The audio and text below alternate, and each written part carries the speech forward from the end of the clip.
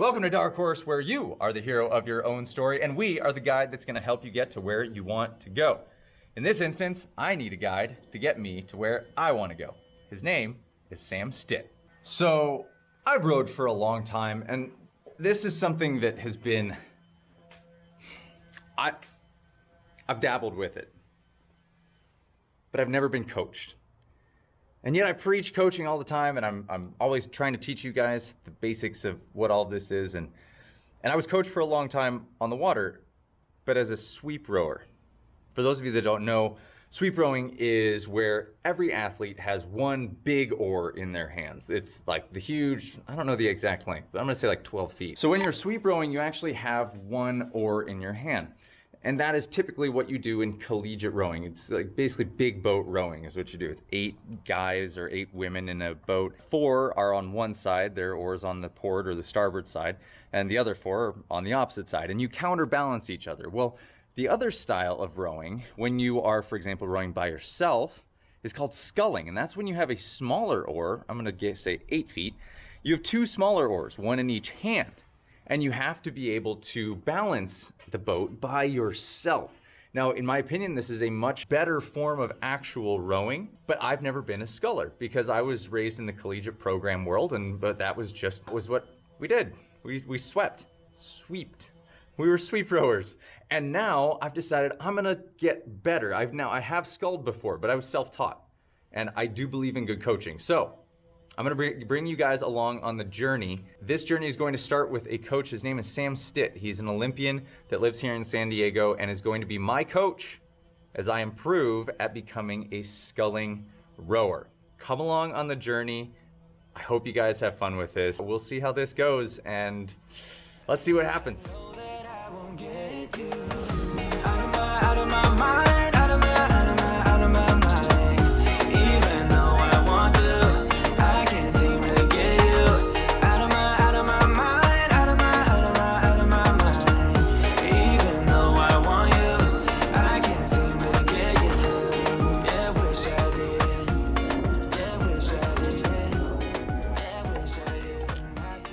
In that case, yeah, you always hold on to the oars, and then you can just kind of push off with your left foot. And left over right, right? Yeah, we'll get to that. Got it. Alright, so go feet in.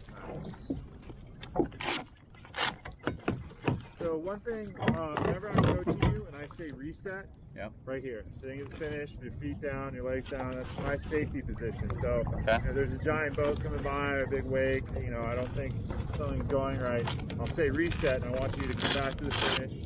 And just hold. Yeah, blades feathered. Okay. So here, let's just go ahead and bring it around with the left arm. Okay. Just kind of take a few strokes, it's arms only.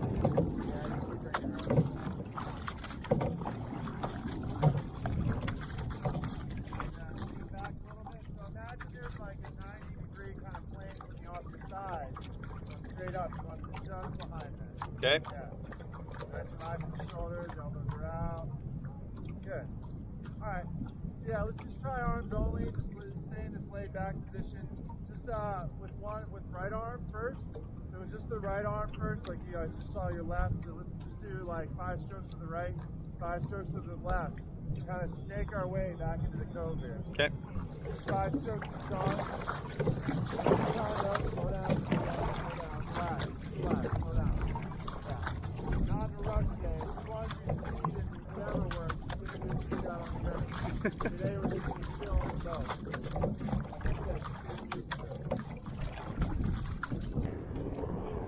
Alright, we'll get your point and then we'll wait up. Okay. Alright, so you're talking about your grip, right? Like left over right. So what we're going to do, so basically, when you carry the oar, when you're on the drive, right? So you've had coaches tell you want like your arms straight, your back forward, you want a direct connection. I mean, you teach erging too, so you want that direct connection between your foot stretcher and the handles. Yeah. So the arms are straight, shoulders are down, kind of like everything's relaxed. You're basically just rolling more skeletal. So, the boat's, it's not going to be as heavy as, if your arms are bent, your back's like leaning back a little bit. So same thing with the grip. What you're doing now, so when we finish, kind of like the wrists come down, the elbow comes down, shoulder comes down, like everything kind of gets pulled down a little bit. Okay. So when you row like that, let me just make sure you stay pointed. So when you row like that, yeah, you wanna try and keep your wrists up. So this motion is a lot easier than this. Like when you do a pull-up, you don't like twist your wrists, you just hang. Right. Because that's just basically eliminating any extra movement, any extra muscle. So when you row, you want the oar handle in the palm of your hand. So go ahead and sit at the finish. So you're at the feather, wrists are up. So now go ahead and push the handle out into your fingers a little bit. So yeah, so when you go down and away, so go ahead and square your right hand up. There. So now when your right hand comes out, go right hand out straight and keep your left hand, yeah. So like there. So knuckles to shoulders. That's what I say, knuckles to shoulders. You want a straight line, knuckles all the way up. So when you come to the finish, you pull through, you pull through, you pull through, down and away. Now it's easy just to get that wrist behind it. But what I want you to try to do is with your grip, just try and like use your fingers to roll it out. Yeah, don't re-grip. Yeah, just roll it out into the fingers. Yeah, exactly. Like piano fingers is what we say. Sometimes coming up the recovery, you can put your fingers out like a piano and just let it sit in the nook of your fingers. Okay. So there. So now when you come into the fit, yeah, so you're already doing it. The reason why I have you do it with one hand and the other is because now look at your left hand. Your left hand's already doing it. Oh. So when you come down to the finish, so go ahead, that right hand, go ahead, square it up. So that right hand comes through, just a like light pull, just slowly pull through. And now when you push down and away, try to roll it out into the fingers. Yeah, don't try to drop that wrist. Try to just roll it into the fingers. Yeah, see how it's kind of like you need that little initial push with the wrist. But, you know, when you're rowing, like say you're just rowing normally and you just leave, like you get to here and then you let the oar handles go, the blades will get pushed flat just because of the water. So, you know, it'll be a little bit easier when you're moving. Now it's a little harder because we're just standing still. Right. But go ahead, let's just do a couple arms only, just just arms only, just real easy, real relaxed. Just thinking about that grip, yeah. Around the finish, just roll it out into the fingers. So it doesn't even take that much energy. Like I said, when you're moving, it'll be a little bit easier, but just kind of like fling it into the fingers. Yeah, like you can use the wrists a little bit, but I just don't want like this. This just pulls everything down. It ruins your whole posture. Yeah, good. Yeah, just getting used to it. Yeah, and the left over right. Yeah, good. Just arms only. You can drag your blades a little bit if you need to. Like I said, we're not really worried about like getting your blades off the water or getting any speed. So dragging your blades to get, like I said, a better feel of where the water is. Slow down. Take your time. Yeah, trying to pop that handle out to the fingers. And on the drive, obviously it's in the knuckles. Just trying to rest in a good position. Just relax. Try to breathe a little bit on the finish. Dude, you look tense. I feel tense. Sculling, man. You can't row tense. Small boats don't react well to that. You watch the Olympics, you see those guys bumping and grinding, but on that recovery, there's a lot of rest going on between those strokes. Yeah, a lot of relaxation. Like I like your body posture. You're sitting up and you're sitting back. You don't have to sit like you have a movement. You gotta relax. Yeah, it looks good. Like, but what if that's what I'm used to? yeah, I'm calling like a workout guy. Yeah, just stay relaxed. Good. Okay, you talk about coaches that preach efficiency. Well, most efficient you can be is sitting on a couch eating potatoes watching TV. Now trying to get the bit next thing. Now you're just sitting in the boat. So you want that same relaxation, same breathing. Your heart rate's down lower because you're not stressing out. Sometimes you get the stroke, total reaction. Third 500 where you just fucking blow it out. Wait, I thought you won it in the first 500. Huh? I thought it was one in the first 500. No, the first 500 is free. You don't even feel it at that point. Yeah. Alright, so wait now. Just reset. Alright. now we've done the arms, right? We're getting the grip, the arms is nice and relaxed. So now when we pivot, I want you to keep your legs flat, keep your knees down. We're going to pivot from the hips, so it's all going to be forward and back. But when you pivot forward, I want you to keep that chest up. I don't want this, I want this. You know, when you get your hands forward, usually when you get to the front end, a lot of people kind of drop their arms down. I mean, you've coached too, so you know this. I want you to keep the chest up. I'm not worried about the posture, but I want you to really kind of exaggerate that pivot forward. I want you to really, really reach out and try to get more than you would normally on a regular stroke. Okay. Then when you're also taking strokes, we'll talk about the pressure on the foot stretcher. So let's get a couple right hand. Sorry, we're skipping over a lot just because you already know what you're doing. I'm following you, man. Yeah, you're my coach. Yeah. Keep going.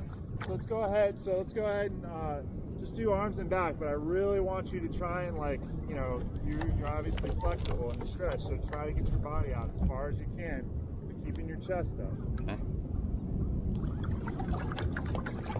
Yeah. Yeah. Don't relax. Yeah, I don't want that death grip on those handles. Nice, relax, good. Even on the drive, I just want to relax. I don't want you to get more on shoulders there. I just want to get up. I just want to nice, relax. Just try to get more, and then we'll turn up. So I just wrapped up day 2 of the sculling adventure, and it's a new feeling. It's both nostalgic getting back on the water and rewarding, but challenging at the same time, because this is not the rowing that I'm used to. I'm used to sweep rowing, fisted sculling, everything feels different. I have 2 oars in my hands and I have to think about rowing in a different way. I would liken it to learning a new technique on the erg. You know, you have a technique down, but then something has to change because you have to blend, you have to find a feel for the water. But really, I gotta say, it's amazing being back on the water. I feel so happy to be out here. Practice starts at 5 a.m. and it's 7 o'clock now, and we are off the water. It just goes to show you, you know, what this kind of schedule is like. We rowed mostly in the dark this morning, but you get to row and wake up on the water as the rest of the world is waking up. You're already out, and so this is the view that you get to see when you are getting up this early.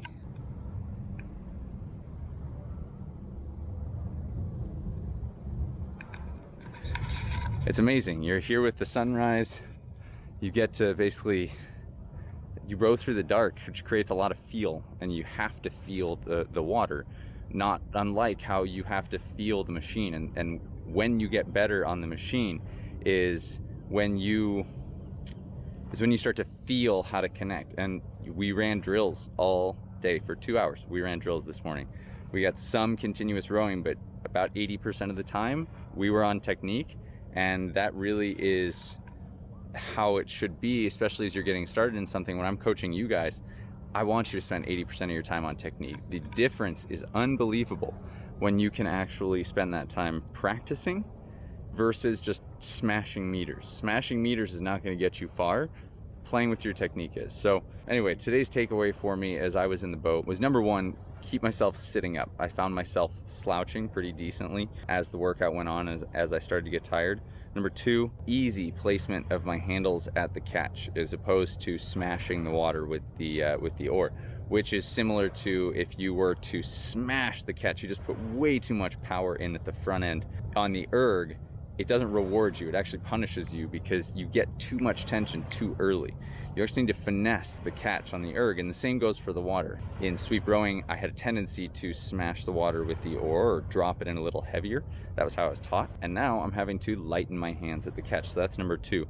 And number 3 was an easy finish. So as the handles are coming out of the water, letting the oar be a little bit clear of the water before I feathered it, meaning that the oar comes out and then I feather instead of throwing the oar blade out, and that made a significant difference for me. So that is the breakdown for today. I'll keep you updated and we'll see how the process goes along. Out of my mind.